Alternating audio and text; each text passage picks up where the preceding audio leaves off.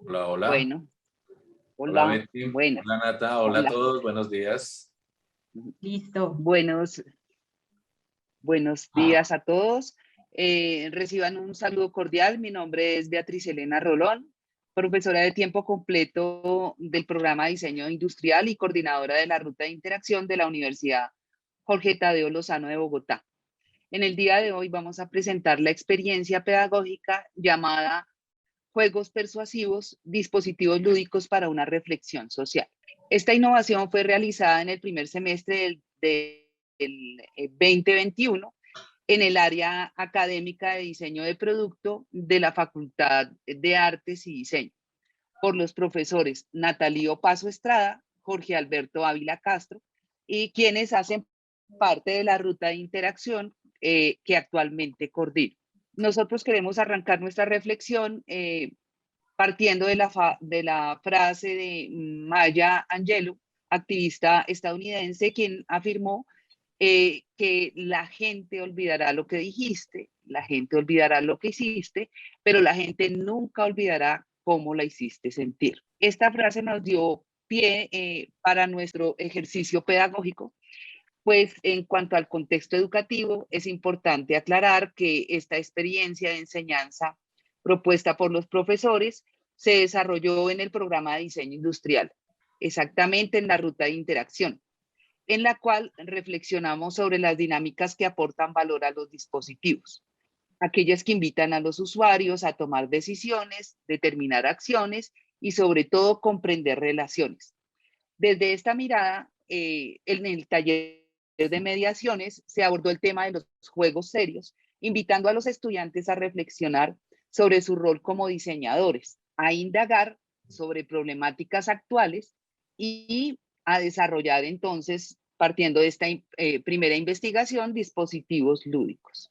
Estos dispositivos lúdicos fueron, digamos, como el norte para el desarrollo proyectual basado en el diseño de lo que se denominaron juegos serios. Esto, en este sentido, se abordó el estudio de la interacción de los jugadores en un contexto social particular con el objetivo de permitir a estos jugadores adquirir un conocimiento específico con respecto a un tema investigado, seleccionado y entendido por parte de los estudiantes. Partiendo de allí, se dio la posibilidad de que los estudiantes abordaran los juegos serios desde una categoría que se llaman los juegos persuasivos. Estos juegos persuasivos lo que hacen es que promueven una conciencia social, ya que permite que los jugadores adquieran una opinión con respecto a un tema particular. Bueno, entonces, de igual manera y para abordar este tema, nosotros definimos la mediación en el marco del diseño de interacción como aquella acción que facilita procesos comunicativos que se detonan en diferentes actividades o experiencias. En este caso particular, pues estamos hablando de experiencias lúdicas que nos permiten aproximarnos a contextos en los que entran en juego variables de orden social, pues entre otras. Para ello, entonces, planteamos nuestro objetivo pedagógico del taller, que fue diseñar estos dispositivos lúdicos con el enfoque, pues, desde los juegos serios, con el fin de hacer visibles problemáticas de orden social que los estudiantes empezaron a explorar. Para ello trabajamos con una metodología, digamos que está alineada con el tiempo del semestre, en 3 grandes fases también alineadas con las experiencias lúdicas. La primera, Discovery y Onboarding, con énfasis en la exploración; la segunda, Midgame, en conceptualización; y la tercera, Endgame, que es el desarrollo como tal del juego. Entonces, en la primera, que duró 5 semanas, nosotros lo que hacíamos era invitar a los estudiantes a analizar sus juegos de interés, identificar en ellos los ejes de un juego desde la propuesta de Jess Shell y que desarrollaran estos juegos de aproximación. Entonces, estos 4 ejes son historia, mecánica, estética y tecnología. Este proceso duraba 5 semanas. Luego, en las siguientes 5 semanas del Midgame, ellos investigaban ya sobre una problemática social de interés y desarrollaban a partir de ella la base conceptual de su juego, que se aterrizaba o se materializaba en su Game Document Design y un primer prototipo análogo de baja resolución. Para ello utilizaron diferentes herramientas en el marco pues, del diseño de interacción, como los mapas de empatía, diagramas de flujo para entender la mecánica de los juegos, los journey maps para pues, el mapeo de la experiencia, y también trabajaron en el diseño de personajes para entender como estos factores físicos, sociológicos y psicológicos que hay que tener en cuenta, y los representaban pues de esta manera. Finalmente, en el endgame, que duraba 6 semanas, ellos ya con esta mecánica que tenían, pues pasaban a hacer un proceso de iteración y de comprobación con usuarios reales para consolidar su propuesta de juego final. ¿Listo? Entonces tuvimos diferentes resultados. Los dejo con el profe Jorge. Gracias, Nata.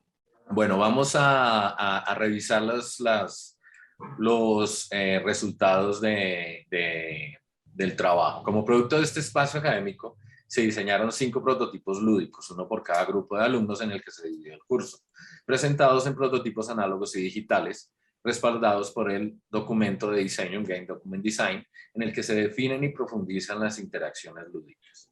Teniendo en cuenta los usuarios y las problemáticas abordadas, así como la narrativa, la estética, las mecánicas y la tecnología propuestas, las problemáticas abordadas en esta experiencia fueron estas directamente. Primero, en uno de los grupos se abordó el tema del acoso callejero con el juego Silenciosa Realidad. Seguiríamos con otro de los resultados que fue Nativos, que habló directamente de la corrupción en La Guajira, uno de los departamentos de Colombia. El siguiente fue el salario en penitencia, hecho y hablando directamente, por ejemplo, de la subsistencia con el salario mínimo mensual en países latinoamericanos. El otro fue un tema interesantísimo, que es el trastorno por déficit de atención en los niños, con el juego DA. Y por último, uno de los 5 juegos fue el juego que habla, que se llama Voces Ocultas, que fue hecho por el colectivo Zenet Design y que habla directamente del tema de los falsos positivos.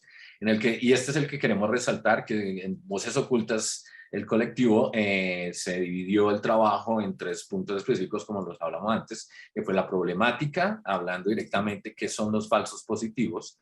Los falsos positivos es un tema muy delicado aquí en Colombia, que es el nombre que la prensa aquí en Colombia denominó al involucramiento principalmente de miembros del Ejército Nacional en el asesinato de civiles no beligerantes, haciéndolos pasar como bajas en combate en el marco del conflicto armado interno en Colombia. Como es un tema bastante álgido y muy delicado, sobre todo desde la firma de los acuerdos de paz, es un momento importante en la historia de Colombia, así que el enfoque y el discurso deben de ser responsables y objetivos.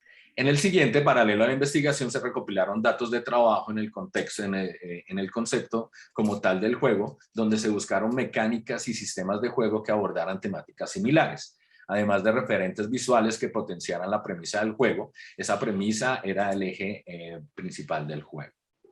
En el mid-game, en este punto se entra a la conceptualización y la forma del juego. El juego consiste en que a partir de pistas que se van recopilando los jugadores, visibilizar diferentes casos de falsos positivos en donde el jugador debe investigar y seguir la historia de las víctimas del fenómeno, desde varios puntos de vista que representan los diferentes personajes. En este caso, por ejemplo, se utilizaron personajes ficticios creados por un software de una inteligencia artificial con una herramienta llamada Gambatar, que pues obviamente se necesitaba para no entrar directamente con nombres puntuales de personas involucradas en el conflicto. El siguiente paso pues ya es el prototipado, toda la evolución del juego, pasando por los primeros prototipos. Por ser un juego de estrategia se pulen todos los componentes para luego crear el Game Document Design, que fue el documento final, ¿no? Lo siguiente, en el endgame, ya teniendo los prototipos, es entrar a las comprobaciones directas con los usuarios reales. Parte de este proceso son las comprobaciones a partir de los prototipos, donde se prueban las mecánicas y se pule tanto la jugabilidad como la narrativa. La idea es que cumplan el objetivo principal de visibilizar la problemática abordada en este tema que se tocó con los alumnos. Ya al final, en el endgame, vemos en la versión final del juego, en base a todas estas fases de desarrollo, se llega a una última versión del juego, siendo un taller de la carrera de diseño industrial, pues se dio mucha importancia al elemento físico, al objeto como tal, que da resultado a todo este trabajo y desarrollo de la idea para llegar al juego final, que fue este que vemos acá. Listo. Entonces ya como conclusiones, pues este ejercicio nos permitió inquietar a los estudiantes sobre su rol, abordar conceptos del diseño de interacción, visibilizar, como vieron, pues problemáticas de orden social y aplicar esta noción de mediación en el desarrollo de estos dispositivos lúdicos. Muchas gracias.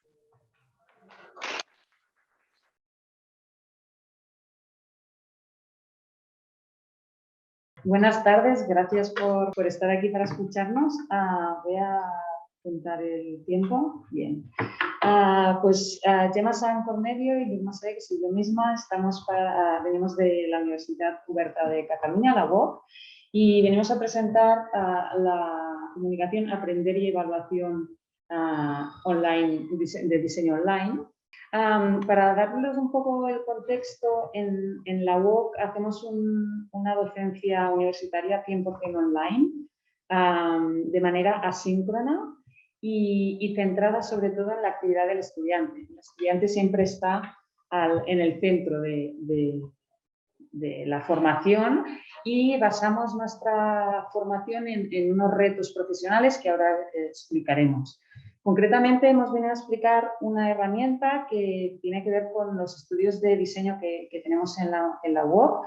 Ahora mismo tenemos un grado en diseño y creación digitales, un máster universitario en diseño centrado en el usuario y, por último, y en el que nos centraremos, un máster universitario en diseño, identidad visual y construcción de marca. Como planteamos la evaluación en la UOC, es una evaluación continua y formativa y basada en competencias.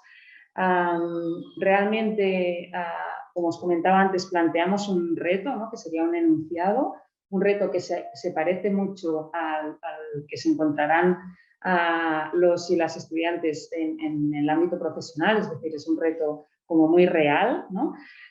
Les aportamos unos recursos, a veces en formato vídeo, artículo, audios o lecturas, ¿no? Y los estudiantes y las estudiantes lo que tienen que hacer es al final hacer una entrega desde este planteamiento, este reto, y con estos recursos. A partir de aquí, pues reciben un feedback personal y a medida del profesorado. Lo que vamos a presentar es el proyecto GRAPH, que está dentro, digamos, de un contexto que debemos explicar brevemente, que es un poco pues, la relación entre la formación y la profesión, ¿no? La formación universitaria que se acerca a la profesión, y la profesión también bebe de esta formación en un entorno social y económico cambiante, cada vez más, lo hemos visto en los últimos 2 años, este contexto tan cambiante, y nos centramos en una evaluación por competencias desde en España, bueno, cuando España entró en el espacio europeo de educación superior, donde, digamos, la columna vertebral de la evaluación eran las competencias y es lo que hemos ido siguiendo. Cogemos la competencia profesional como referente fundamental de nuestra formación universitaria y, como hemos dicho antes, pues una evaluación formativa a partir de estos retos que son muy similares a los que se encontrarán profesionalmente. Esta herramienta, GRAPH, que es la que vamos a presentar, es una herramienta sobre estas competencias y cómo se visualizan estas competencias, cómo las visualizan el estudiantado y cómo la visualiza la docencia, el equipo docente, ¿no? Desarrollando esta herramienta de una manera interna, es decir, es una herramienta que ha desarrollado la UOC desde el e-Learning Center y que, bueno, está en un momento casi en una fase beta, pero bueno, queríamos explicaros un poco esta herramienta. Vale, pues como comentaba Yuken, hace 2 diapositivas, como visteis, planteamos un reto profesional, en este caso es una actividad, el máster en el que se inscribe la experiencia es un máster de diseño y branding, entonces esta es una actividad en la que planteamos el rediseño de un máster, ¿no? Entonces partimos de una premisa, esto luego no funciona, vale. Y luego vamos a a identificar las competencias asociadas. Igual es interesante también comentar que en el sistema universitario español hay diferentes tipos de competencias, algunas de ellas vienen marcadas por el ministerio, otras las define la universidad y otras se definen en el propio programa. En este caso, pues aquí tenemos una competencia transversal, las competencias transversales las marca la universidad y una general, después veremos algunas específicas. Entonces, ¿cómo se desarrolla esta herramienta? Se desarrolla desde el back office, digamos, desde su conceptualización, con una persona técnica del Leader Center, que son pedagogos, tecnólogos, y en este caso conmigo, que soy la directora del programa. Entonces, ¿Gonzalo Moreno? No. No. Vale, perdón. Bien. Las competencias en sus redactados oficiales, en las memorias de las titulaciones, tienen una extensión, tienen un redactado largo. Entonces, para poder aplicar la competencia a la actividad, ¿no? Digamos, la competencia define en el marco de la titulación, luego la vamos bajando a la actividad y la evaluamos en ese contexto. Entonces, la dividimos en dimensiones, que es lo que veis de 1, de 2, y se crea una rúbrica, en este caso con 4 niveles, para evaluar esa dimensión de la competencia, digamos, para tenerlo un poco más identificado, ¿no? Por ejemplo, en la competencia de abajo, la CG2, que es una competencia para evaluar la creatividad, pues una dimensión se basa, la primera es más en la creación de producir ideas con fluidez y con técnicas de creatividad, y la segunda pues se basa más en experimentación creativa, mostrar diferentes bocetos, etc. Pasamos a la siguiente. Vale, entonces esta rúbrica luego se traslada a la actividad. Aquí vemos, por ejemplo, esta es otra competencia, que es una competencia que tiene que ver con conocer el contexto histórico de las marcas. Entonces vemos que un estudiante X ve que ha conseguido, en este caso, el 50% de esa competencia, porque ha sido evaluada en una actividad, bueno, en 2 actividades, y en una de ellas ha conseguido la máxima competencia, digamos, el máximo nivel de adquisición de la competencia. Pasamos a la siguiente. Y aquí vemos la visión global de conjunto, que es un poco el objetivo del GRAPH. Se creó para tener en una imagen, en una visualización, todos los distintos niveles de adquisición de las competencias. Entonces, en el círculo, la circunferencia aparece el potencial es en blanco, el potencial es en azul claro, y en azul oscuro es lo que ha ido avanzando dentro del máster. Entonces, aquí es una estudiante que ha estado seguramente en su primer semestre, no ha cursado pocas asignaturas porque todavía tiene espacios en blancos, pero bueno, aquí se ve un poco en un golpe de vista cómo está avanzando. Entonces, esta visualización también tenía un objetivo de conexión con el mundo profesional para poder mostrar a los empleados, por ejemplo, en tu LinkedIn, sí, pues estas son las competencias que yo tengo dentro de este máster. Vale, y un poco como conclusión de esta experiencia, claro, vimos que esto es un proyecto que viene, digamos, desde arriba, que tiene que convivir con la docencia del día a día, en la que evaluamos las actividades. Normalmente cada actividad tiene un feedback muy especializado que hace referencia pues, a aquel ejercicio, ¿no? Cómo se ha resuelto gráficamente. Entonces, esto a veces crea un cierto conflicto con los docentes, que pueden entender que la evaluación por competencia sustituye esta evaluación, que es mucho más específica, y a veces no se entiende bien, ¿no? En este sentido también, como visteis, las rúbricas son instrumentos muy cerrados que te dan una valoración, y algunos estudiantes no la reciben bien, en el sentido de que están acostumbrados a algo más personalizado que una evaluación así tan genérica. En este sentido, la entendemos como algo para ver desde fuera, ¿no? Una valoración muy generalista del máster, pero que necesita igualmente de la otra evaluación, que es mucho más específica.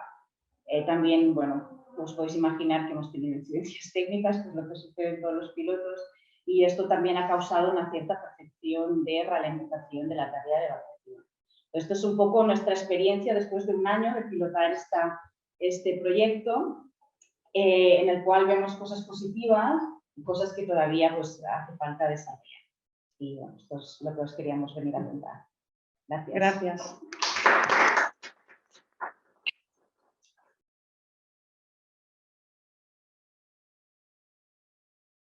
creo. Ok. Y ahora sí. El resumen de esta propuesta es como les comentaba, ¿no? El promover en los docentes mismos, o sea, tanto de la universidad como a los estudiantes, proyectos vinculados hacia una labor social, ¿no? Para fomentar el apoyo a comunidades vulnerables, y diferentes docentes investigadores se han centrado en hacer proyectos en esto. Cabe mencionar, en lo personal, yo he tomado ejercicios de otros países, por ejemplo en España, para ponerles como ejemplo a mis estudiantes, tanto para trabajar lo que es un diseño social, una identidad corporativa enfocada a lo que es el apoyo a comunidades vulnerables, porque en México no es algo como que esté tan abierto, ¿no? O que sea tan... que se informe, ¿no? O sea, que tengamos como esa concepción de estar viendo este tipo de proyectos. Y la universidad se ha enfocado mucho últimamente, yo creo que a través de unos 5 años en adelante, en poder fomentar lo que es este tipo de vinculación de proyectos. Es cambiar la praxis de la enseñanza, obviamente, tomar lo que es todo lo teórico, ¿no? Que se lleva a cada una de las materias. En este caso yo voy a hablar de la materia de metodología para el diseño, en donde uno de sus ejes temáticos es precisamente esto, el diseño social, y vincular y promover acciones humanas, ¿no? A través de lo que es el diseño. El diseño propiamente sin apellido, porque yo imparto las clases en diseño gráfico. Entonces, es completamente sin apellido, ¿no? O sea, poder hacer ejercicios interdisciplinarios con otras disciplinas dentro de la universidad para poder proyectar esto. Para poder llevar esto a práctica, yo hago referencia de proyectos que se han visto aquí en la ciudad y que han sido como internacionales en los últimos 2 años. Uno de ellos, bueno, primero, Nómada Laboratorio es una oficina estratega, ¿no? Que surge aquí en Ciudad Juárez, en donde empieza con un vínculo de estudiantes, y al egresar ellos empiezan a proyectar diferentes ejercicios que es en mejoras de parques en áreas marginadas o vulnerables de la ciudad, ¿no? Parques abandonados, en donde ellos toman lo que son diferentes materiales para reciclar y rediseñan lo que es el espacio, ¿no? El espacio abierto para la comunidad. Aquí hay unos ejemplos. Esta era una cancha de fútbol, ¿no? Prácticamente abandonada, descuidada, y ellos le dan color y le dan vida y le dan lo que es un soporte de diseño y un soporte también de confianza hacia la comunidad, ¿no? Hacia esa colonia o esa pequeña habitación de casas, ¿no? Para que se sientan seguros para poder interactuar dentro de lo que es su mismo espacio. Aquí hay otros ejemplos, ¿no? En donde a través del color, pallets, no sé si allá es como la misma, el significado, estas paletas de cajones, ¿no? Donde se transportan cajas, bueno, reciclarlas y poderlas hacer espacios de convivencia para las mismas comunidades. Esta es Nómada Estudios. Ahora es como una oficina en donde obviamente hay financiamiento, en donde diferentes asociaciones se quieren acercar a ellos para poder mejorar, ¿no? La ciudad, sobre todo en las áreas en donde pues falta este tipo de estímulo. En el 2019, yo creo que fue uno de los más famosos recientes, ¿no? Recientes, digamos, antes de pandemia, que fue el Muro Balancín, que se hizo ganador también por el Museo de Londres en el 2020, y fue una instalación diseñada por los arquitectos Ronald Ray y Virginia Sanfratello en el 2019, en donde consistía, bueno, aquí viene como el proceso creativo de esta parte, ¿no? Porque es parte de lo que yo también veo en la clase de metodología, y es este famoso columpio, ¿no? En donde ligaban a 2 países con la misma, sus mismos familiares, ¿no? En donde no pueden cruzar lo que es este muro. En el 2019, la noticia principal, ¿no? Era desde el mandato de Trump, poder hacer un muro un muro que no pudiera la gente poder traspasarlo, ¿no? Incluso se subieron metros a lo que era el muro que ya existía aquí en lo que es la división con El Paso, Texas. Se subieron metros a ese muro, pero aún así la gente pues lograba poder burlarlos, ¿no? Hay dos comunidades que hay aquí en Ciudad Juárez, que es Anapra y es El Paso, Texas, en donde pues tú puedes platicar con ellos a través del muro, ¿no? Simplemente pues no puedes cruzar al país. Y este proyecto pues se trataba de eso, ¿no? El proyecto no funciona solo, se necesitaba de 2 personas para poder hacer palancas y poder convivir, y fue un ejercicio que fue muy relevante en la ciudad porque nos voltearon a ver, ¿no? O sea, como con otros ojos de que Ciudad Juárez tiene potencial para poder crear y poder ayudar, que no es una ciudad a lo mejor como se puede ver en el mundo. Al mismo tiempo, meses después, en el mismo de 2019, se hizo otra instalación en donde eran luces fronterizas por Rafael Lozona Hammer, en donde estuvo también muy interactivo y muy padre el poder comunicar por medio de luces, tanto del lado mexicano como del lado americano. Tú tenías estos proyectores y tú podías hacer el juego de luces y poder interceptar, ¿no? Lo que eran estos movimientos, y había un diálogo, ¿no? Aunque no hubiera un diálogo textual, había un diálogo visual porque tú buscabas coincidir con las luces del otro lado, ¿no? De ambos lados. Y también fue un proyecto que fue visto internacionalmente y que se centró aquí en Ciudad Juárez. Entonces, partiendo de eso y de esta motivación, yo trato de, dentro de las clases, poder incitar a los estudiantes a que el diseño gráfico no nada más es corporativo, empresarial, el poder ir a buscar un beneficio económico, sino que también nosotros como diseñadores podemos buscar un beneficio hacia las comunidades vulnerables. De ahí vinculo lo que es la teoría con la práctica, en donde podemos ver pues los procesos creativos, la metodología, ¿no? Mostrar metodologías en donde puedes ir lo que ya conocemos nosotros, ¿no? La información, el análisis, la síntesis, la evaluación, poderlo meter dentro de lo que son los procesos para poder descubrir qué se necesitan, dónde, a quién, por qué, para qué, y todas estas cuestionamientos, ¿no? Que nos damos al ejercer un proyecto. Que un proyecto no necesariamente puede terminar con un cartel, sino que también ahora con la difusión de las redes sociales nosotros podemos difundir mucho más, ¿no? Hacia quienes lo puedan necesitar. Y en pocas palabras, ¿no? Pues hablo cómo vincular esta metodología con el proceso creativo y el quehacer práctico, humanitario, hacia proyectos que sean tangibles dentro de lo que es la comunidad. Aquí algunos de los, bueno, hablo aquí de los procesos creativos, de los cuales pues sabemos que son como teóricos, ¿no? Ya de cajón, que podemos ir trabajando y vamos descubriendo cómo se puede trabajar cada uno de ellos para poder llegar a un óptimo resultado.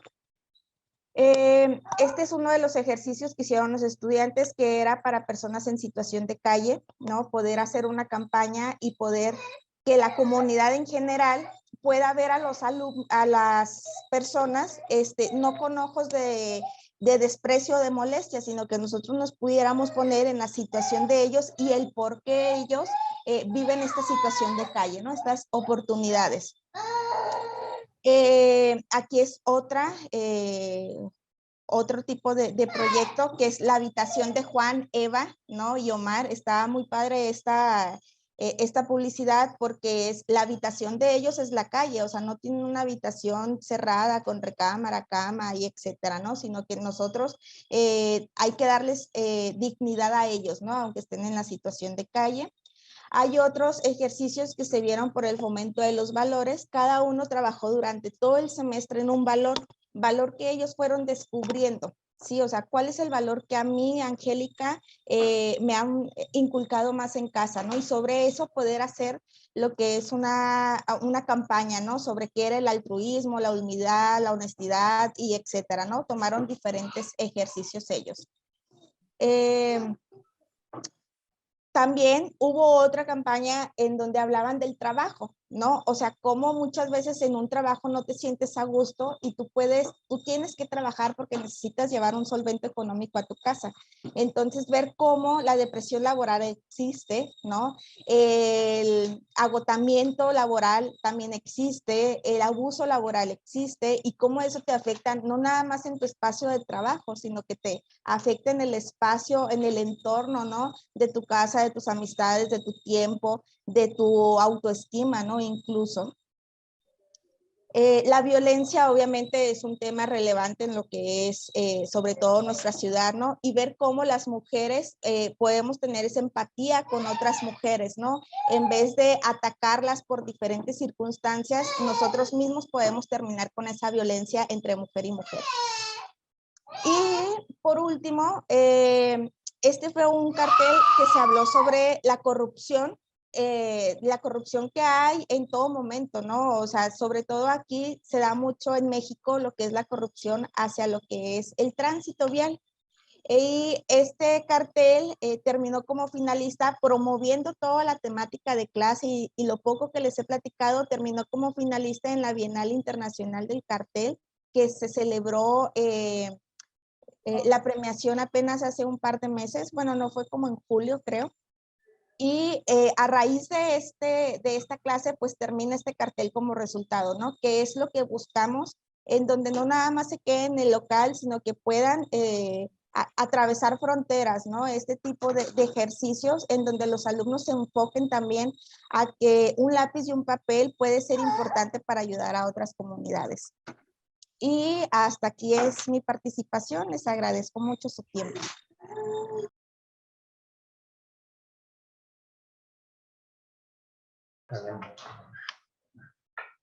Boa tarde a todos. O meu nome é Demetrio Matos e vim apresentar aqui esse trabalho que foi pensar em parceria com o meu colega Jorge Pereira. Como disse a Lígia, viemos da Escola Superior de Design, de IRCA, em Portugal, no norte de Portugal. Esse trabalho tem como título Co-criação no ensino de design, mas conheço multidisciplinar. Aquilo que se pretende aqui é descrever uma experiência de inovação pedagógica e co-criação, então foi desenvolvida no contexto do ensino superior público politécnico em Portugal e trabalhamos aqui com duas equipas multidisciplinares, todas elas na área de design, uma em design de comunicação e uma segunda em design de produto, design industrial. Eu fui responsável pelo grupo de design industrial e o meu colega, o professor Jorge Pereira, foi responsável pelo grupo de design de comunicação. Aqui no contexto, aquilo que tentamos fazer então é contemplar todas as partes interessadas no processo de design e aquilo que no contexto da cocriação, aquilo que é importante fazer aqui é envolver todos os interessados, isto é, temos os designers, temos os parceiros, aqui os parceiros são as empresas, os interessados, os clientes, não designers e os utilizadores finais, não é? Aqui não designers estamos sempre a falar dos estudantes do ensino politécnico. Como é que isto se organizou? Este trabalho então foi criado ao longo de 8 semanas e aplicámos todas as metodologias inerentes ao design, não é? Com várias tarefas com dificuldade crescente. Essas equipas são multidisciplinares, como eu disse há pouco. Temos alunos de vários cursos, aqui não é só design, sim, tem várias áreas e vários graus de ensino, isto é, temos licenciaturas, acho que em Espanha é assinatura, e de mestrado, de master. Okay? Misturamos aqui um bocadinho todos os tipos de design, de licenciatura, de mestrado, dos primeiros anos, dos últimos anos, né? Os estudantes com mais capacidades e os estudantes com menos capacidades de todas as áreas. Basicamente pegamos em toda a gente, misturamos e fizemos grupos completamente diferentes. Nesses grupos havia sempre um ou dois alunos de design, né? Que era sempre importante aqui manter alguém que seja da área para poder depois entender o processo e entender a complexidade das tarefas para poder organizar e orientar os colegas. Quando se fala aqui de co-criação, temos aqui algumas palavras-chave que são importantes sempre ter em conta e aplicar sempre. Este é um processo, então, inclusivo, né? Temos então que colocar aqui todos os representantes interessados, isto é, não é colocar só o design, mas sim o design, o cliente, o utilizador, envolver no processo toda a gente.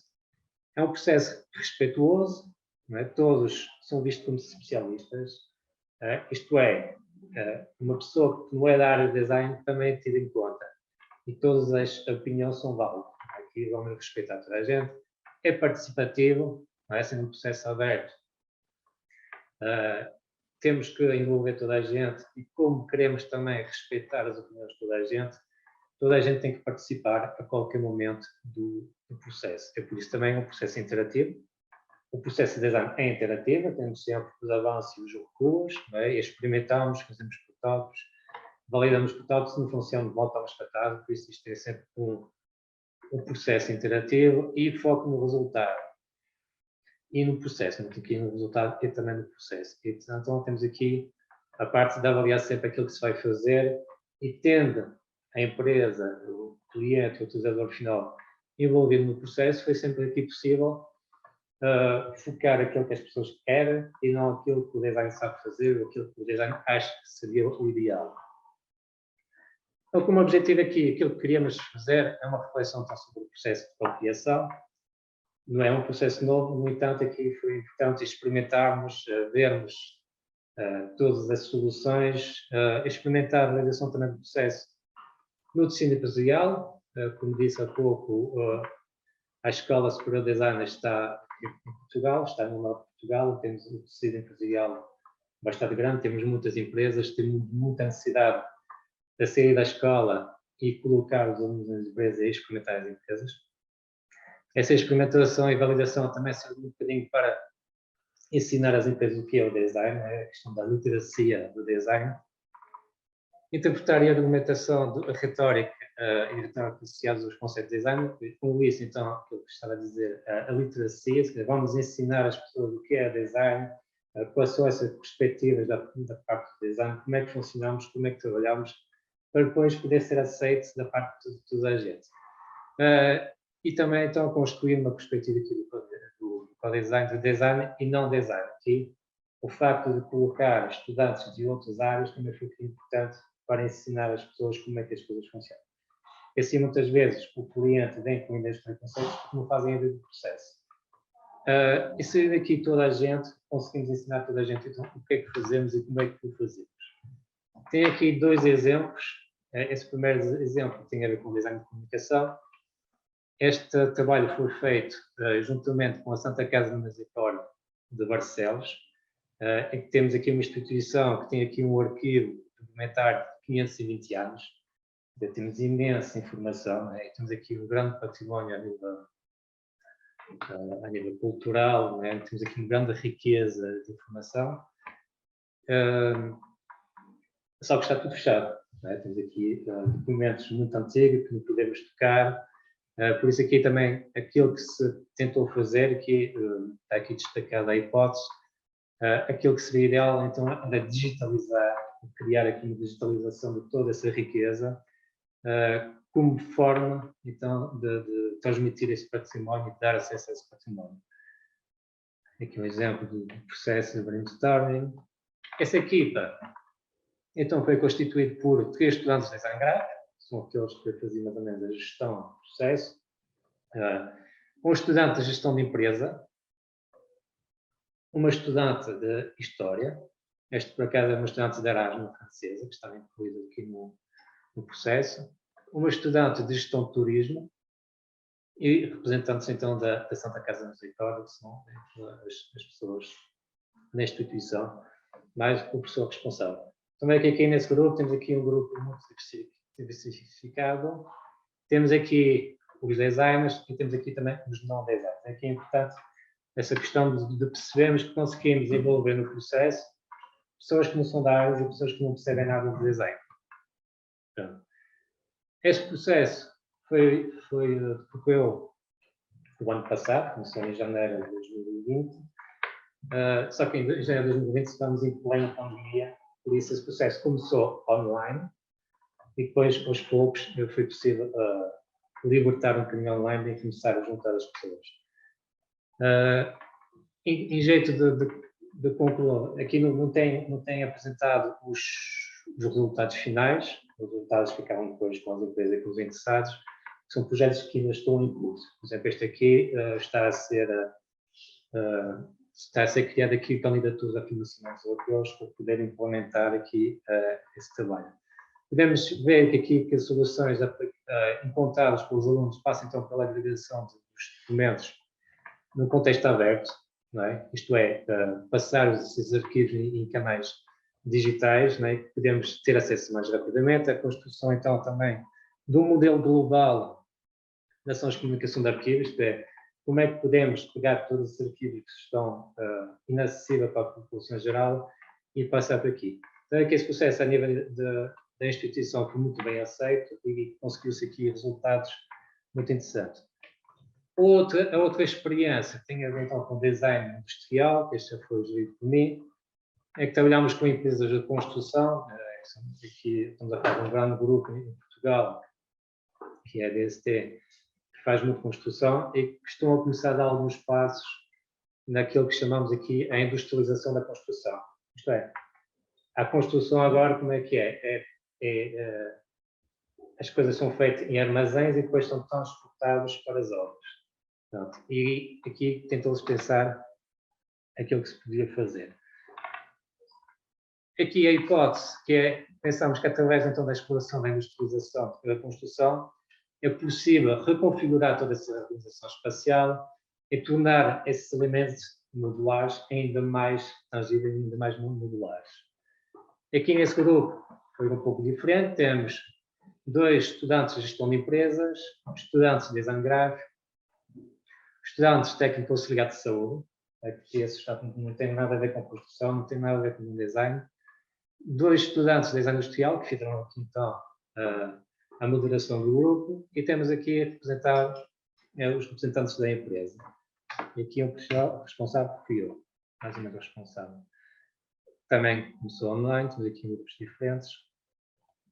E aquilo que achamos que seria então muito interessante e foi um pouco o resultado desse projeto, conseguimos então a agregação dos conceitos de modularidade dentro da construção modular, isto é, dentro daqueles blocos de transporte para as aulas, torná-los ainda mais modulares, quer dizer, passamos de uma estrutura macro e começamos a entrar nessa estrutura e a fazer componentes mais micro e tornamos o modular ainda mais modular. Identificamos aqui algumas estratégias também, sempre tendo em conta a questão de sustentabilidade. O facto de utilizar esse processo permite-nos, como isto é feito em armazéns, acabar com o lixo que se faz em obras, não é? Todo o entulho, tudo o que acontece à volta de uma obra, numa construção, conseguimos diminuir muito a questão do lixo e do desperdício nesse processo.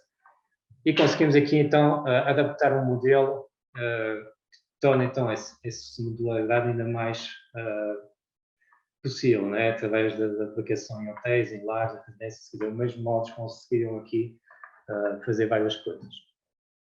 Então, como resultados desses projetos, percebemos que através desse projeto e através do processo de design, né, por si já é muito bem organizado e é faseado, né, temos métodos muito bem pensados, conseguimos então potencializar a capacidade dos alunos de se movimentar, motivar e melhorar também a sua formação nesse aspecto. Conseguimos também ensinar as pessoas a entender e a criar subgrupos, né? Temos a ver com a questão dos designs e dos não designers.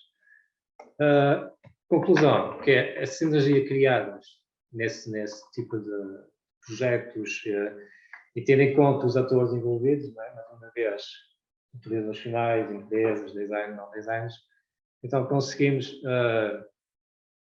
cumprir todas as expectativas e aqui é interessante porque vamos até o utilizador e vamos até o cliente.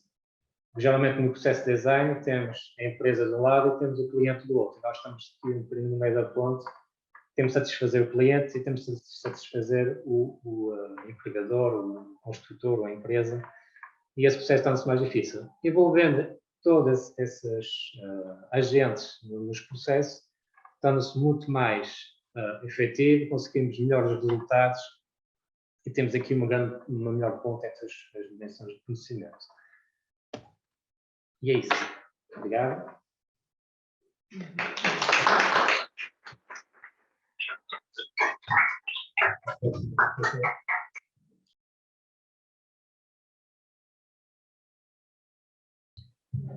Bueno, nada, primero que nada agradecer la participación y bueno, aquí vamos desde el sur por acá, de Sudamérica. Un poco presentar al equipo docente, somos 10 docentes. En este curso tenemos en particular 150 estudiantes. Es el taller de CB2, que es un taller de diseño de comunicación visual, y este es un ejercicio práctico que hicimos el año pasado, en 2020, que bueno, como a todos nos tomó la virtualidad al inicio, y bueno, sobre el final del año pudimos hacer algunas instancias presenciales, obviamente con todas las precauciones que tuvimos que tener, pero bueno. Y el título es Leer, Escuchar, Ver y Sentir Poesía desde el diseño inclusivo. Esta ponencia se propone entonces desde un sentir polifónico, conjugando distintos actores sociales, y se mueve entre esas fronteras entre diferentes disciplinas para desarrollar la reflexión sobre la acción de los estudiantes frente al desafío de leer, escuchar, ver, interpretar y sentir poesía desde una mirada inclusiva. Desde hace unos años que empezamos a trabajar en el taller, que es segundo año de esta licenciatura en diseño, el tema de la inclusión, y en esta propuesta en particular, en este ejercicio, se trató en un formato de extensión universitaria con la Feria Cultural de Ideas Más, que es una feria que arrancó hace como 30 años atrás, siendo la feria del hueco y del grabado, después la feria del libro, y actualmente desde hace 15 años, que se llama Feria de Ideas Más, en donde está desde el 1 de diciembre al 24 de diciembre, en un parque, donde exponentes del diseño, del arte y de la literatura, en formatos de talleres, feria, venta, bueno, trabajamos con ellos y con los estudiantes. El año pasado era el aniversario de los 100 años de los nacimientos de Mario Benedetti y de Idea Vilariño, entonces les propusimos trabajar con sus textos en un gran formato para después llevarlos a la feria y bueno, intervenirlos de alguna manera. En la premisa, el trabajo práctico conjugó el hacer tipográfico, la expresividad desde la propia letra como código e imagen de comunicación, reforzando entonces el mensaje del propio poema, trabajando la interacción entre la imagen, la tipografía, la imprenta personal en el tono de voz, sumado a esa experiencia que quisimos agregar sobre un nivel más de acercamiento desde la inclusión. Un poco la portada, por ahí capaz que conocen más a Mario Benedetti que a Idea Vilariño, pero son dos referentes de nuestro país, con sus escritos, con sus poemas, y su también filosofía de vida también, ¿no? Dentro de los objetivos que teníamos en esta propuesta se buscaba hacer reflexionar e integrar en las prácticas del taller de diseño de comunicación visual el concepto de inclusión desde el punto de vista de la accesibilidad visual por un lado, y así empezar a ampliar un poco lo que trabajamos también desde lo que es la teoría sentiente de Xavier Zubiri, en donde no solamente los clásicos sentidos, sino que le vamos agregando como diferentes capas para poder llegar a la mayor cantidad de personas posibles, en esta teoría sentiente de los 11 sentidos, ¿no? Externos, internos. Una vez dicho esto, nada, se trató de reflexionar acerca del rol del diseño como disciplina sociabilizadora, constructora de cultura y facilitadora para el cambio social desde la práctica académica, y interactuar con los diferentes actores involucrados en el territorio, en este caso la Feria de Ideas Más, y a su vez toda la participación de las personas que visitan e interactúan en esta misma feria, para potenciar en cierta forma el aprendizaje significativo de nuestros estudiantes en este quehacer más allá de las puertas o los muros de la clase, ¿no? Trabajando en el medio. algunos lineamientos generales que fue que hacer en la propia feria, con los integrantes, con los diseñadores, con artistas, atender especialmente estos vínculos entre diseño, poesía, sociedad, producción de cultura e inclusión, generar o que generaran los estudiantes un análisis crítico, construyendo sentido a este discurso visual, incluir este nivel más de interacción, por un lado desde la inclusión o la accesibilidad visual, por otro lado también pensando en qué otras capas o qué otros formatos se podrían dar, pensando también desde la virtualidad, por ejemplo, algunos ejercicios, en realidad opuestas, que empezaron a aparecer desde diferentes técnicas. La técnica era totalmente libre. Empezamos haciendo algunas prácticas con los estudiantes en su propia casa, en donde hicimos que generaran ellos recorridos, sintiendo de diferentes maneras, texturas, elementos, espacios, tapándose los ojos, sintiendo desde otro lugar esa espacialidad, escuchando grabaciones de la propia voz, por ejemplo, de Mario Benedetti, reinterpretando esos poemas que les entregamos, desde su comprensión en realidad, ¿no? Entonces desde ese lugar cada estudiante le empezó a dar como su propia impronta. La metodología que estuvimos trabajando fue la ABP, o sea, el aprendizaje basado en proyectos, donde se proponían diferentes acercamientos, diferentes experimentaciones, más intuitivas al principio, más guiadas después, desde lo matérico, desde los diferentes elementos que pudieran estar trabajando o que tuvieran en sus propias casas. Y en este sistema mixto, ¿no?, entre lo virtual y lo presencial, cosa que hoy por hoy seguimos utilizando.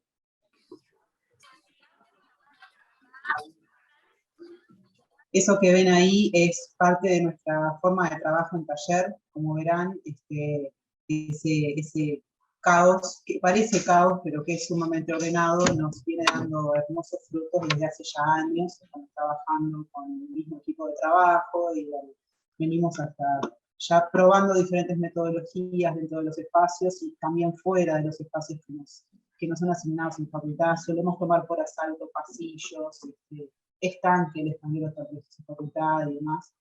Nos caracterizan ese tipo de trabajos en taller. No sé si me comí algo, ¿no? Sí, esas fueron las pocas instancias que pudimos volver a la facultad y al trabajo en mesa. Después la mayoría obviamente lo tuvimos virtual, y bueno, utilizando diferentes herramientas, en realidad como todos, y sobre todo nos interesaba después el poder llegar a la feria, hacer esa colgada, esa exposición. Algunos de los elementos que se incluyeron en este caso, desde el punto de vista a la accesibilidad, fueron esos pequeños QR que se pueden llegar a ver por ahí abajo, no sé si se ven, en donde los estudiantes lo que hicieron fue interpretar... Perdón, no sé, ¿está sonando algo por ahí? Sí, es por aquí, Matilde, no te preocupes. Ok. Nada, en estos QR los estudiantes lo que hicieron fue hacer la grabación con su propia voz, con su propia interpretación, su propia actuación de esos poemas de Mario Benedetti y de Idea Vilariño. Y bueno, un poco la apuesta gráfica con diferentes elementos, texturas que pudieron conseguir o que hicieron. El lenguaje visual, obviamente, acorde a la propuesta, ¿no? Y por acá quería mostrar otras intervenciones que hicieron, que fue otra opción, en este caso los poemas de Idea Vilariño, en la propia feria, en donde los estudiantes optaron por, sobre un texto impreso, intervenirlo en la propia feria y generarle texturas, y dejarlo un poco a la propia naturaleza, porque esto es al aire libre, que se terminara de construir por el propio clima, por las propias personas que lo podían intervenir, que lo podían tocar. Entonces, por un lado teníamos las grabaciones audibles, conjuntamente con lo visual, de esa interpretación que hacía el estudiante, para que el otro pudiera escuchar si no veía, y a su vez por otro lado, este tipo de puestas en donde jugaba el tacto, la materialidad y la propia intervención de la gente, ¿no? También un Exacto. poco... Sí, perdón. Exacto, eso, el carácter performativo. Ese día nos juntamos con los estudiantes en la misma feria, anunciamos la actividad y los estudiantes performaron los poemas de idea en esas superficies con los materiales que les habíamos pedido previamente que llevaran, y las personas pudieron luego ver el resultado de esa performance. Y eso quedó durante toda la feria, que fueron 20 días. Y bueno, un poco a modo de cierre, los estudiantes lograron generar una experiencia inclusiva en donde se sumó a la puesta gráfica de gran formato el sentido visual, el táctil, el auditivo, ampliando y acercando la experiencia no solamente de leer y escuchar poesía, sino también de ver y sentir esa poesía, generando un involucramiento mayor por parte de los estudiantes en estos tiempos de aislamiento y pandemia, que bueno, complejo en el sentido de que... me gusta poner acá a los estudiantes, complejo en el sentido de que fueron muy pocas los momentos y nada, estábamos como en ese aliento contenido, viendo si podíamos llegar a hacer esa intervención in situ o no, pero bueno, estuvieron sus momentos en el taller y sus momentos en sus propias casas, ¿no? En donde, bueno, lo fuimos manejando, pero en estos momentos difíciles y de pandemia nos parecía importante poder acercar lo más sentido, ¿sí? Esos sentimientos y el sentir de cada uno de ellos y del propio equipo docente, ¿no? Que también estábamos todos, como, al igual que ustedes, viviendo de similar manera. Nos parecía importante el poder llegar con algún elemento de tocar, de sentir, y acercarnos un poquito de alguna forma, ¿no? Al otro. En la diapo del final está parte del equipo docente, agradeciendo también y bueno, viendo cómo pudimos hacer mixto esto de planificar el ejercicio y llevarlo a la práctica. Bueno, nada, muchas gracias.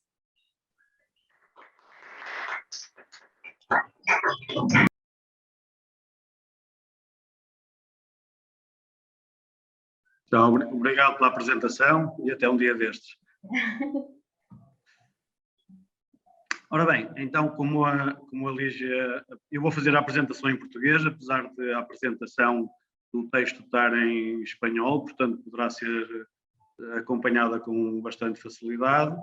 Esta apresentação e este trabalho, os autores sou eu próprio e o Rui Alexandre, que não pôde estar aqui porque estava a apresentar noutra sala, e tem como tema a prototipagem como ferramenta de design social no processo de ensino. Este tema apareceu e esta apresentação vai ser ligeiramente diferente, porque os objetivos e antes de mais, portanto, apresentar-me, peço desculpa, portanto, a minha formação é de engenharia mecânica, sou engenheiro já há mais de 30 anos, mas tenho lecionado no curso de design as componentes mais design do produto, as componentes mais associadas aos materiais e aos processos de fabrico e, mais recentemente, também a técnicas de protótipo. E o meu colega Rui Alexandre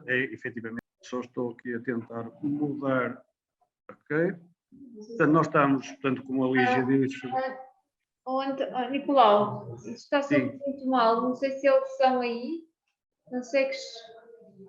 Eu estou mesmo em frente ao computador, penso que... Aqui também não está fácil, porque estamos a ouvir muito ruído, mas não... Pois, vou tentar falar um bocadinho mais, talvez mais alto, para ver se melhor. Portanto, o citado, portanto, e a Universidade de Lusíada está tem 3 polos, nós estamos situados no polo do Porto e é aqui que temos desenvolvido principalmente a minha atividade.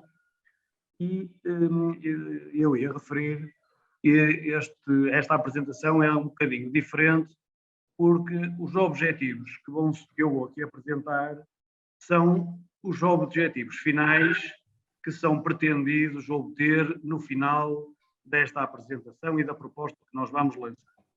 Portanto, tem como objetivos identificar a contribuição dos protótipos no processo de design para a sociedade e como poderemos intervir de uma forma ativa na resolução de determinados problemas, associado a estas técnicas de prototipagem mais avançadas, ou mais modernas, ou mais recentes, portanto, que usam uma vertente tecnológica portanto, totalmente integrada, também aumentar o conhecimento sobre materiais que, não sendo os mais correntes na elaboração de protótipos, são possíveis de utilizar nestas tecnologias.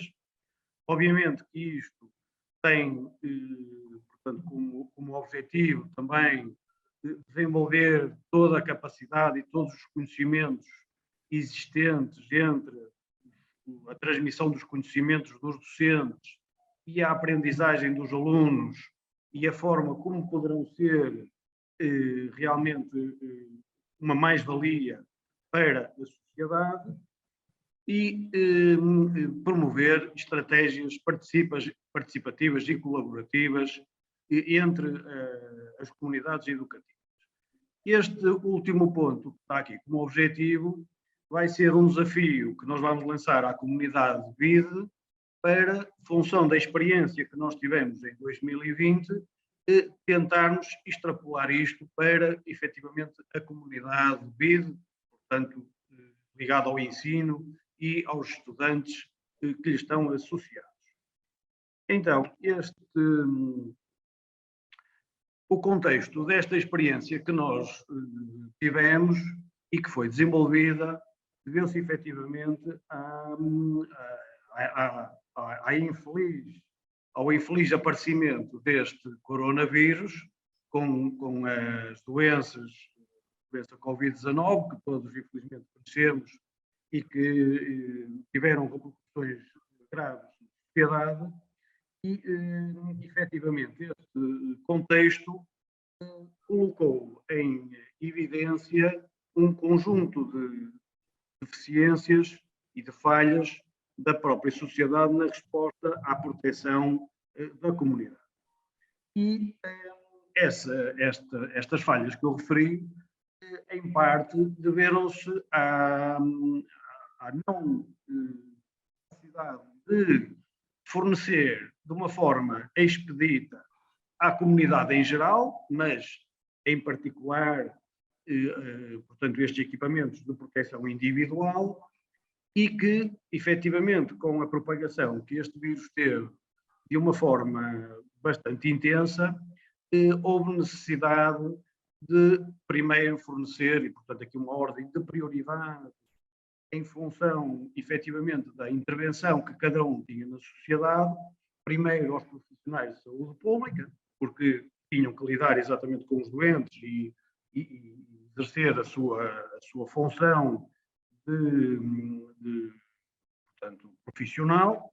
Depois, a outros elementos de serviços públicos que tinham que contactar também com as pessoas diariamente, seja a que nível for, desde serviços de venda de alimentos, portanto, o sistema de ensino, e, portanto, tudo o que implicava o contacto com um público em geral, que normalmente era um público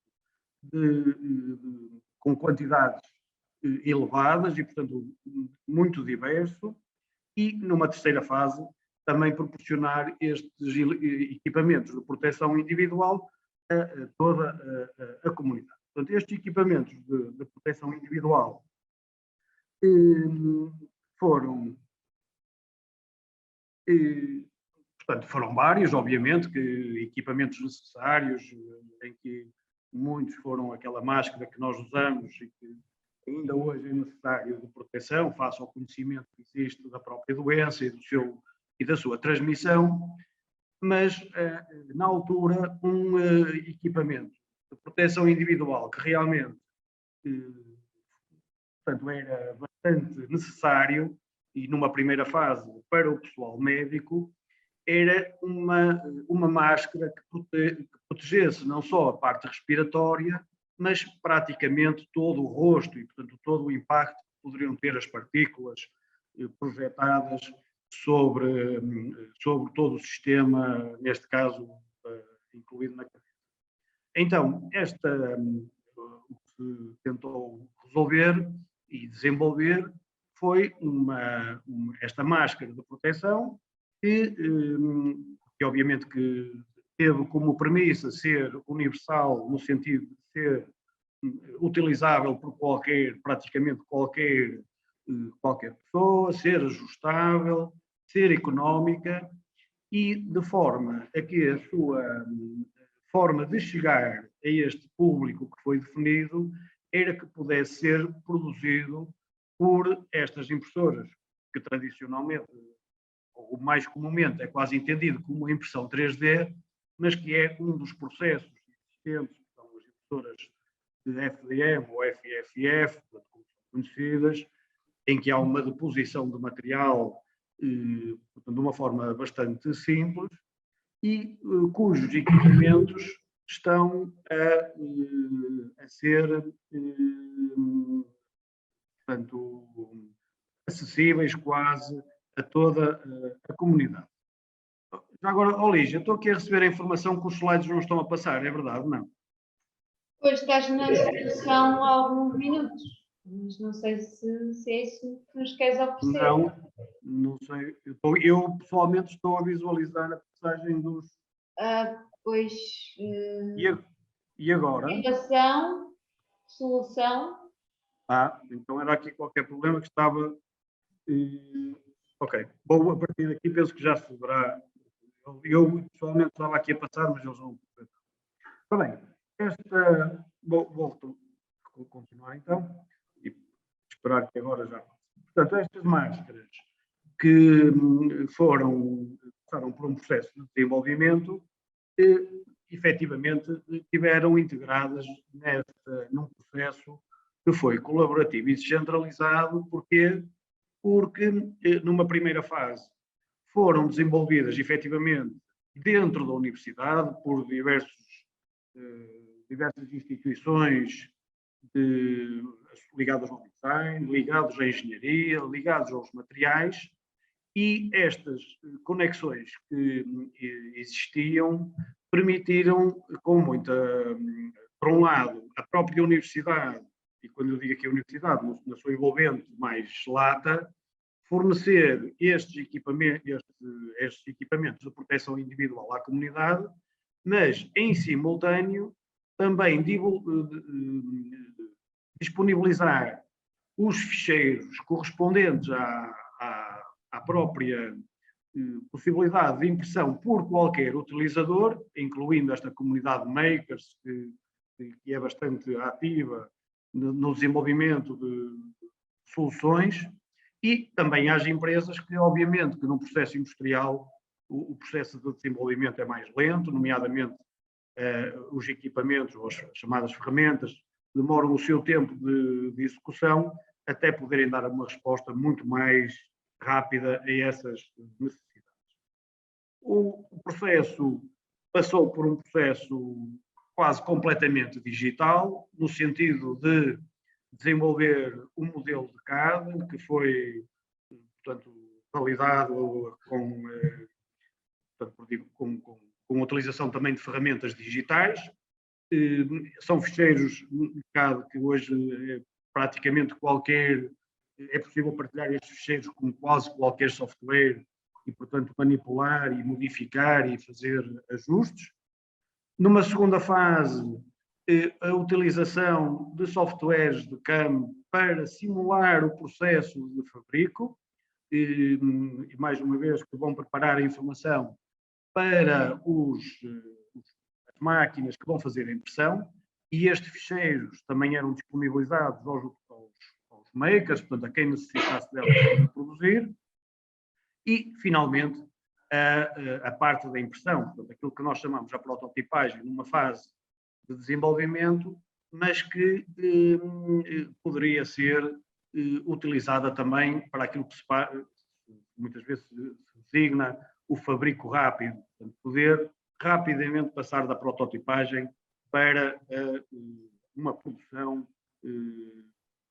portanto, ao momento quase.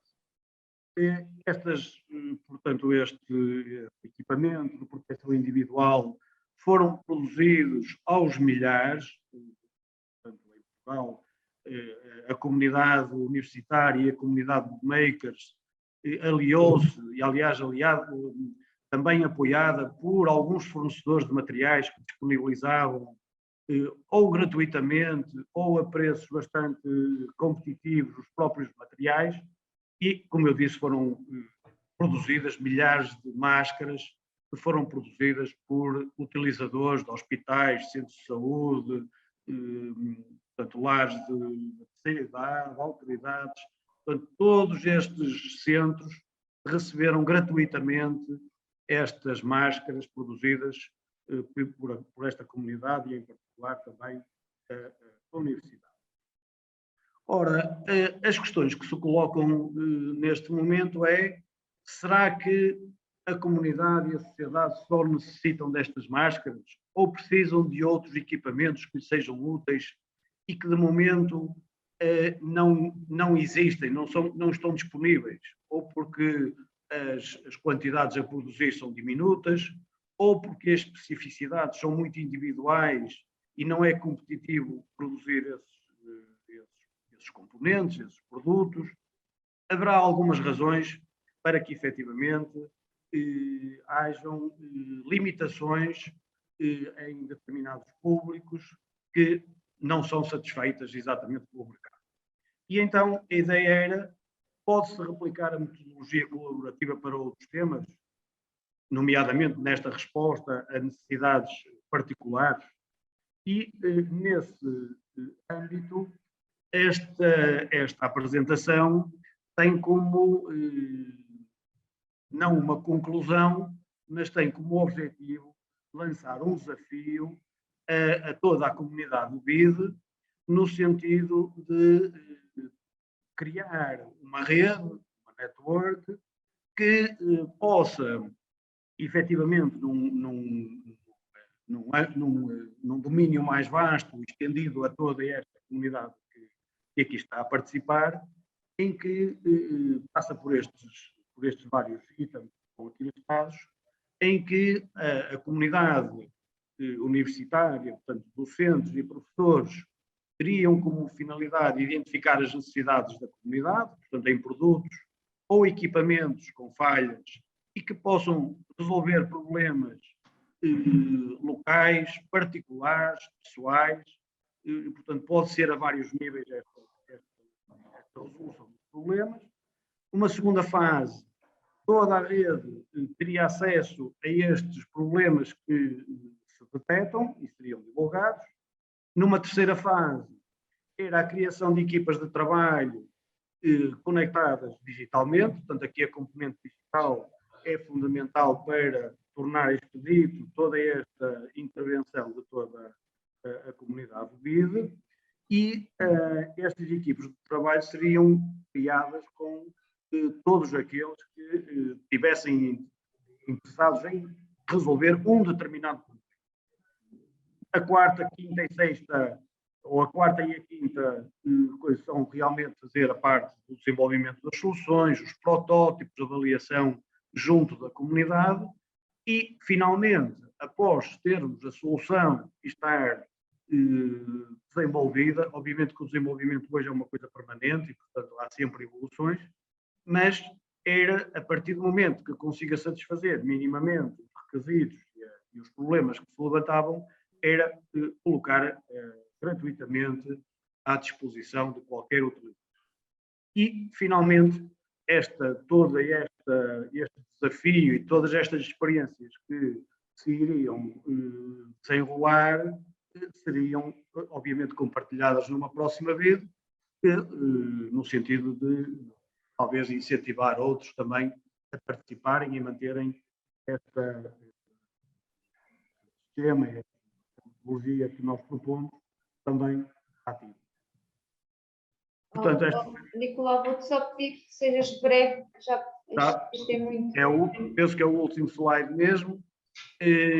Esta organização, agora aqui de uma forma esquemática, portanto, era junto da comunidade identificar exatamente estas necessidades e problemas, e a universidade e esta plataforma que iria ser criada iria ligar as equipas, várias equipas que desenvolveriam as soluções para os problemas detectados e que estaria, obviamente, a partilhar essa informação, quer com os makers, quer com as empresas, para trabalho futuro.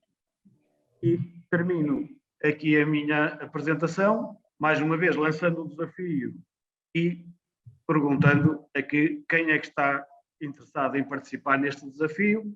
Todas as contribuições e todas as propostas serão bem recebidas junto dos autores desta apresentação e ficamos à disposição, ou fico à disposição para qualquer questão que queiram colocar. Obrigada. Muito obrigado.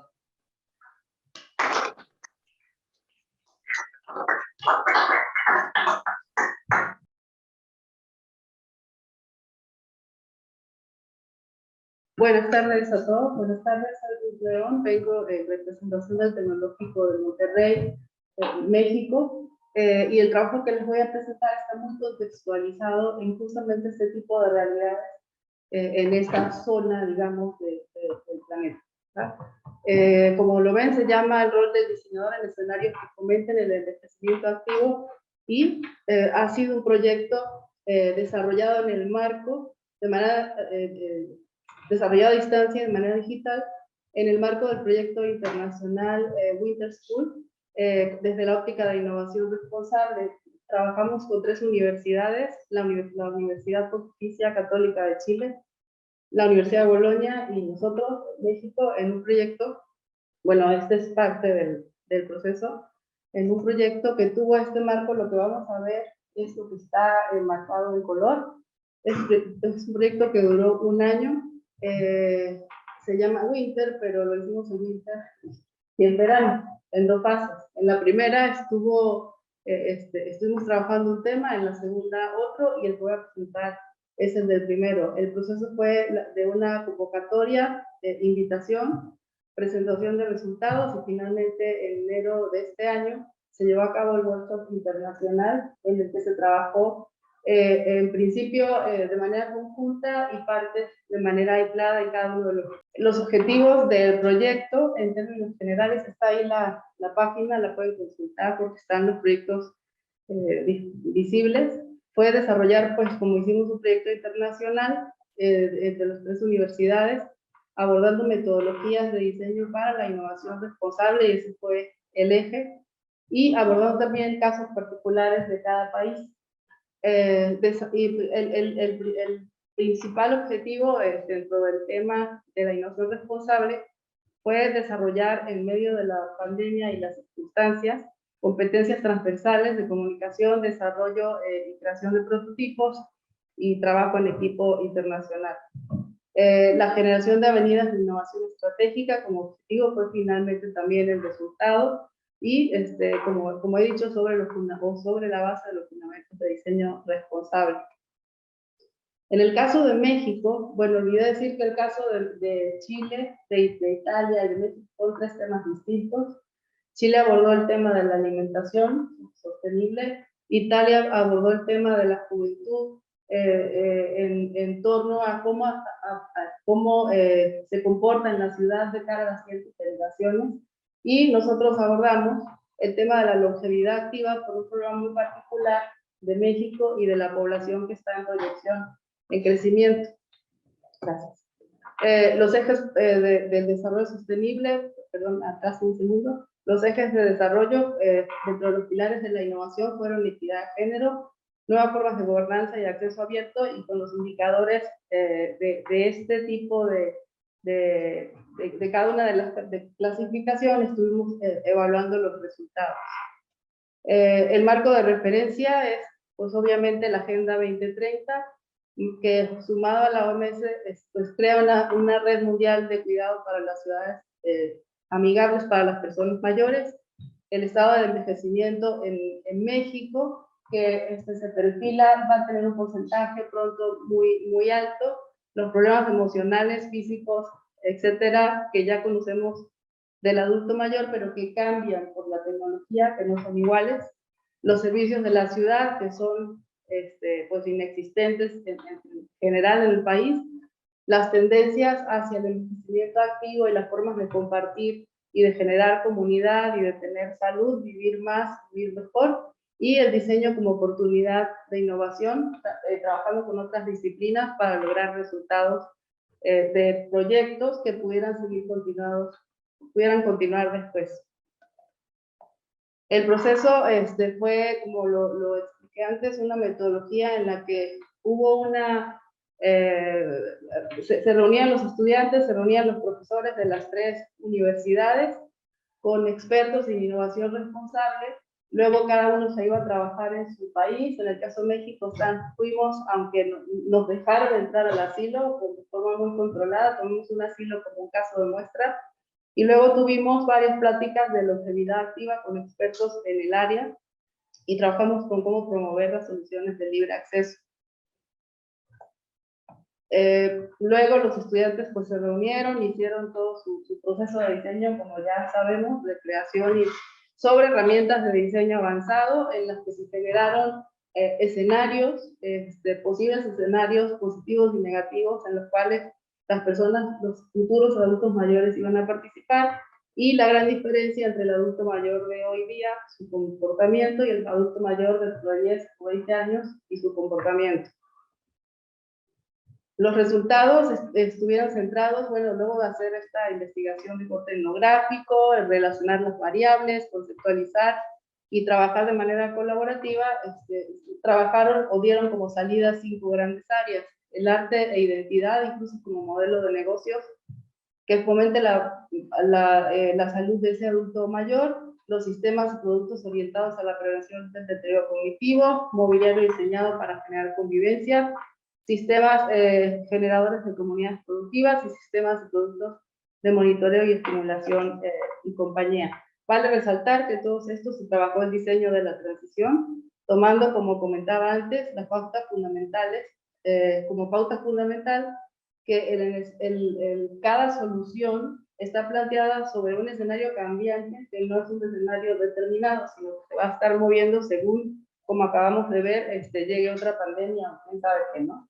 Entonces, también es sobre generar y aprender y tratar de generar, por un lado, conciencia hacia este fenómeno del que pues nadie puede escapar a menos que se muera joven, y por otro lado, que no hay soluciones cerradas, que cada vez más el rol del diseñador en ese sentido es generar soluciones que puedan ser transformadas en el tiempo según las variables van cambiando. Bueno, algunos de los resultados, productos, servicios, sistemas, y como conclusión, bueno, pues sí logramos obviamente las competencias, y sobre la base de haberse trazado el camino justamente hacia el desarrollo sostenible, estamos trabajando muchísimo en eso, como la declaración, como de principios de la declaración de la ONU, no como cliché, sino como acción, como tratando realmente de generar esa conciencia, insisto, de los estudiantes, pues el desarrollo de proyecto colaborativo, la generación de mapas de relaciones y sistemas, que además generaron también avenidas estratégicas para el futuro adulto mayor en diferentes contextos, aparte del resultado puntual de una solución específica. La exploración de escenarios en ese futuro adulto mayor distinto, con un perfil diferente al actual, y las herramientas sistémicas de diseño avanzado para encontrar esos caminos hacia la cultura del envejecimiento activo.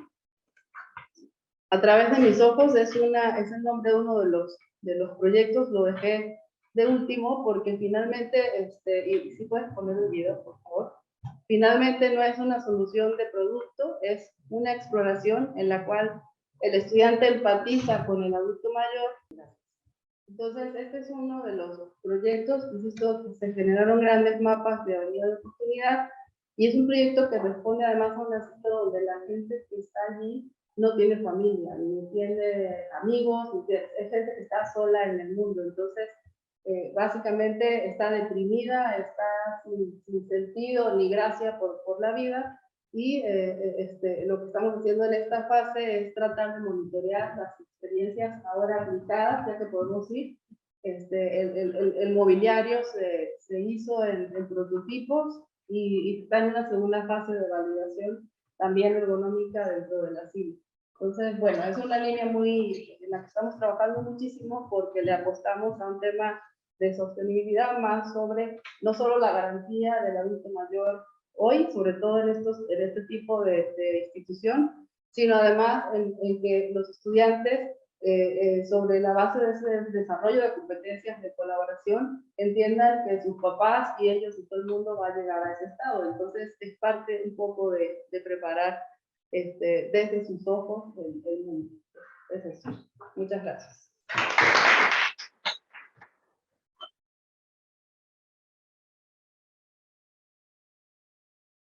Vale. ¿Ve usted su presentación? Sí, perfecto. Ahí se ve. Muchas gracias. Bueno, les vamos a presentar un proyecto de investigación que se desarrolló en la ciudad de Ambato, en Ecuador. En realidad lo que estamos presentando como tema es uno de los resultados, ¿no? Que serían las estrategias de diseño para el uso del espacio público. En principio, bueno, partimos de un proyecto de investigación que se desarrolló en la Universidad Técnica de Ambato, mismo que se denominó Representación Social del Diseño en el Espacio Público, una realidad, en respuesta a la realidad comunitaria. Bueno, este proyecto se desarrolla con la intención de hacer un levantamiento de los espacios públicos que estaban ubicados en la parroquia La Matriz, en la ciudad de Ambato, espacios públicos que estaban en desuso específicamente. Entonces, como para dar respuesta al primer objetivo del proyecto, se hace un mapeo de ubicación de los espacios públicos en desuso, mismos que aproximadamente eran entre 12 o 13 espacios.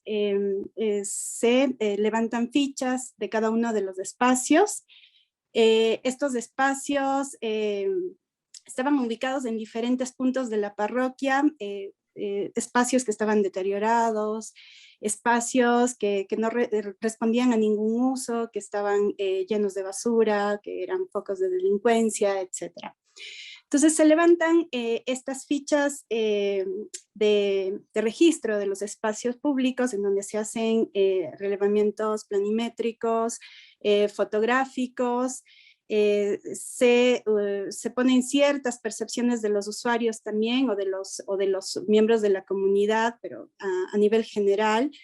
Luego, en un segundo momento de la investigación se desarrolla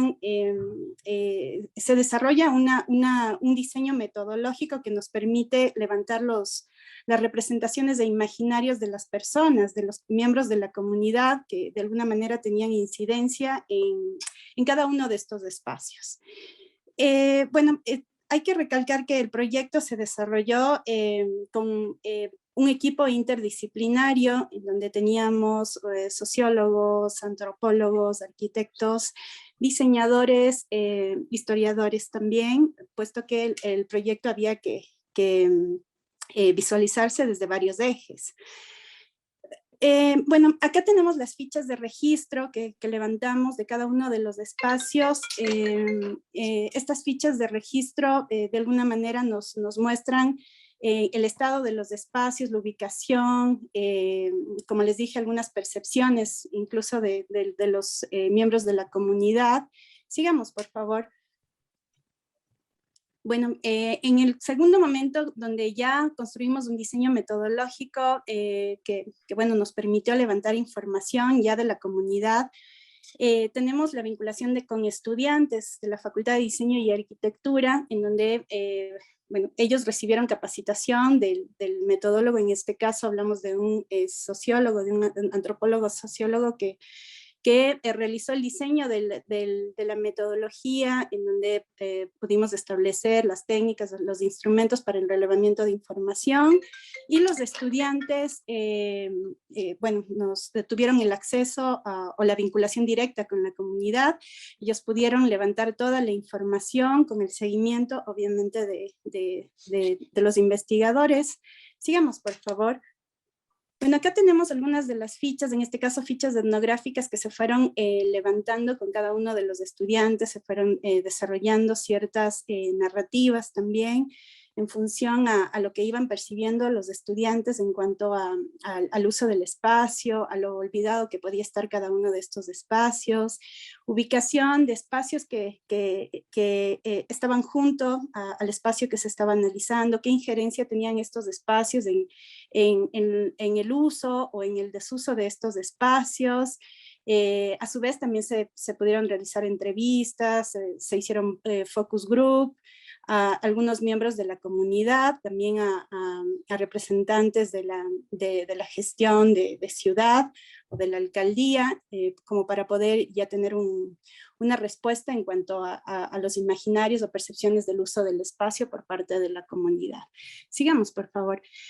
Bueno, luego, ya como para poder interpretar la realidad comunitaria a partir del relevamiento de información, se construyó una etnografía de sentido comunitario a partir de insights que fueron saliendo, digamos, de cada una de las fichas que se fueron desarrollando. Luego también se construyó una narrativa histórica donde tuvo participación una historiadora de la ciudad. Y luego también una morfogénesis urbana que justamente nos permitió abordar mediante mapas toda esa transformación morfológica que había sufrido la ciudad, las parroquias y específicamente, bueno, la parte urbana, ¿no? Y también establecer qué incidencia tenía esta transformación en el uso de los espacios.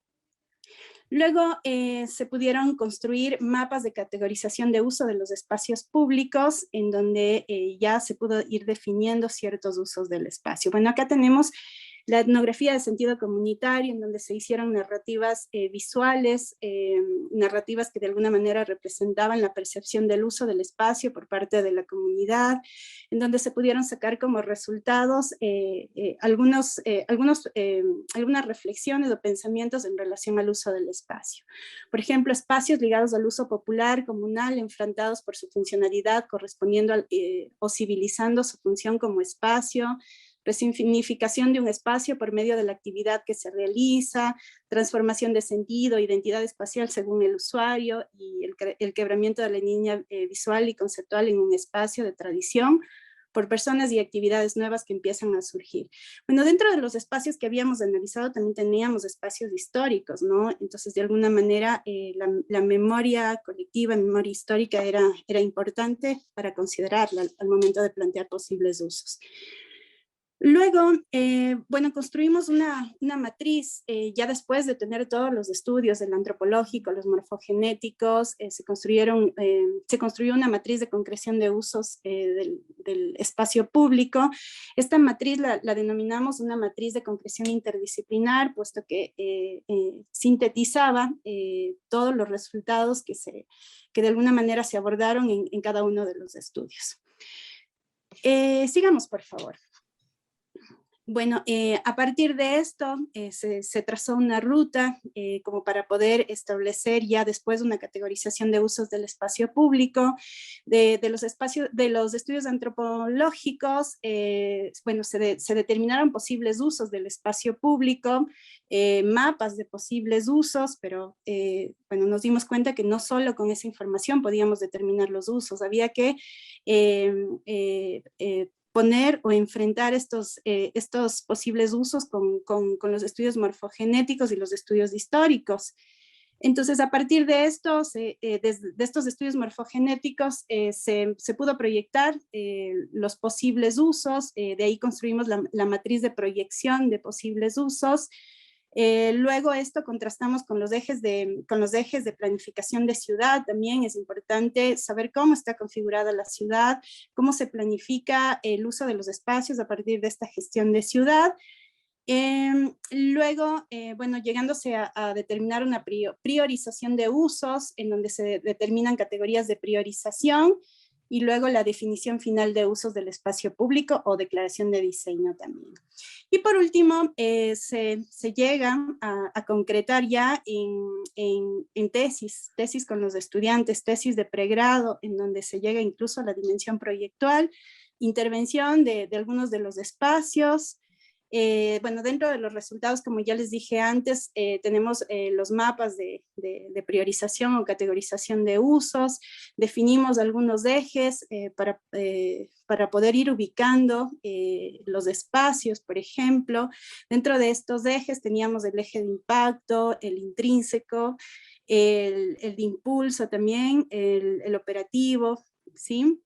Entonces, en estos ejes fuimos ubicando los espacios, tomando en cuenta también que estos espacios o el uso de estos espacios tenían que responder a un circuito que tenía que a su vez responder a la planificación de ciudad también. Sigamos, por favor.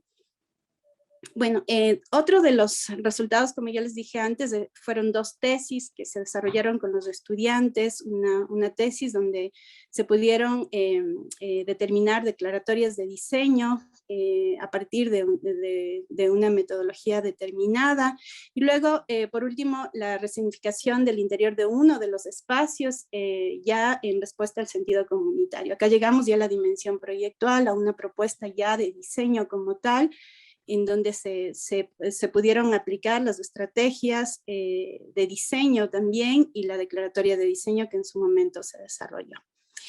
Eso, en conclusión, muchas gracias, les agradezco su atención.